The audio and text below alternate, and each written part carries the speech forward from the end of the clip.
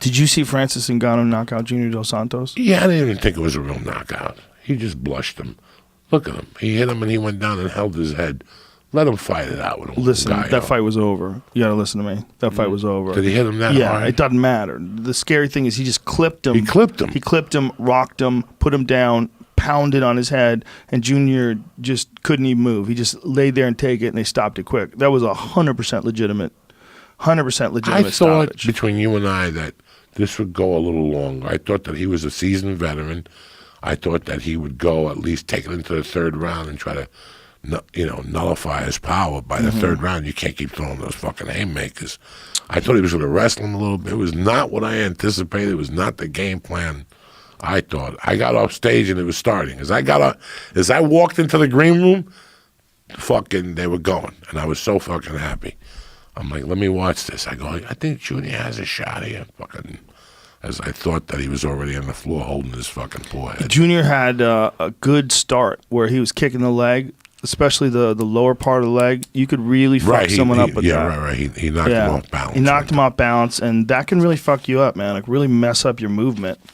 And if that was the case, if we was able to mess up his movement and get him to miss a little bit, get him so that he was having a hard time moving correctly and keep chewing on that leg, then maybe there would be openings for him to jump in with some punches. The problem is when they're both on the outside, Francis is bigger, and the consequences are way more grave. If Francis clips you, it's nighty-night. I don't care who you are. He's so confident in it, too. He moves forward, and he's going to throw everything full speed. The first round with him is extremely dangerous because he's just trying to take you the fuck out. It takes a guy like Stipe. Stipe Miocic saw what he was doing, and what he did was just ride with it. Just moved away from it, kept his hands up. When Francis was coming after him, he used good defense, and he kept moving and kept picking away at him,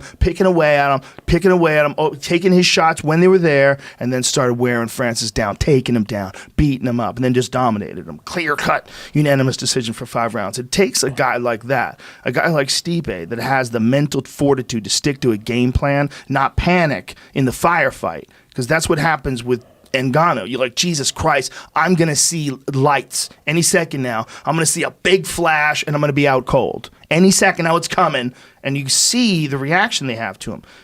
They fight different. They fight different with him than they do with anybody else. Because the consequences are so grave. You watch the way he knocked out Alistair Overeem. The consequences are so grave. So everyone's scared. No matter, it's normal. Everyone's scared to fight. There's at least there's going to be some anxiety or fear, or your heart rate's going to get jacked, your adrenaline's going to be pumping. But it's even more so if the consequences are more grave, right? Like if you're going to fucking take a skateboard down a small hill, you're not freaking out, right? But if you're taking a skateboard down like 4 Mile Canyon, what is that? 4 Mile in Boulder? What is that? One of those crazy roads that goes Sunshine Canyon. Right? If you're taking a skateboard down that, going 50 miles an hour, you're going to shit your fucking pants. You're going to try to land this thing right. Try to figure out how not to die here. Because the consequences are so much graver. You're going to be more jacked. And that's what happens to these guys when they fight Francis. The consequences are so grave. They make mistakes. And then with Junior, he reached for an overhand right. He just really, really extended himself. Then Francis, JDS, told you guys, first round TKO. I didn't think he was going to knock him out, but I thought he'd wobble him and then finish him with punch on the ground. You don't realize how fucking hard Francis hit. A lot of those weren't like flush. The only flush one, and it was also weird how Dos Santos turned his back. It's like, the fuck are you doing, dude? And then boom behind the ear, which that's transition, that's a legal blow. Boom behind the ear, and then JDS is like, what? And then yiki-goosh. That was the flush one. And they went face down. That was the first time that Dos Santos looked a little like, hesitant. That should show you how scary Francis is, because Dos Santos was like scared to get hit. Like, you could tell he's like, oh fuck, dude. Yeah, he threw that big overhand right that was just all over the place. All over. And then his back foot came up and he was off moving. balance, and he got blasted. And think about how good Francis is. Like, that Stipe fight could have defined him. You're like, all right, he can't wrestle. His cardio looked bad. But also shows you how fucking good Stipe is. Stipe got punched multiple times by Francis, pretty flush, kept going, weathered the storm, beat him in a 5-round decision, manhandled him. It shows you how good Stipe is, and then it also shows you Francis ain't going anywhere. If you can get your ass whooped like that by Stipe and then bounce back the way he did against grapplers, against elite strikers, dude, Francis, it's just a matter of time before he becomes world champion. It's just a matter of time. It's all about who's in the queue. So right now you got DC versus Stipe. I would be willing to bet that Stipe versus Francis fight would be a little different this time, a little more competitive. A little more competitive. But yeah, Francis looks fantastic. I don't know what else. Let's see. Give me the rankings, Chin.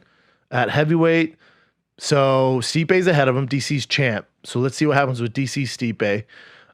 Let's say DC beats him and then retires. John were to come over. So Stipe, he's fought. Francis 2. Dos Santos, he beat. Blades, he beat. Derek Lewis, I never want to see again, versus Francis. There's nothing there for him. There's absolutely nothing there.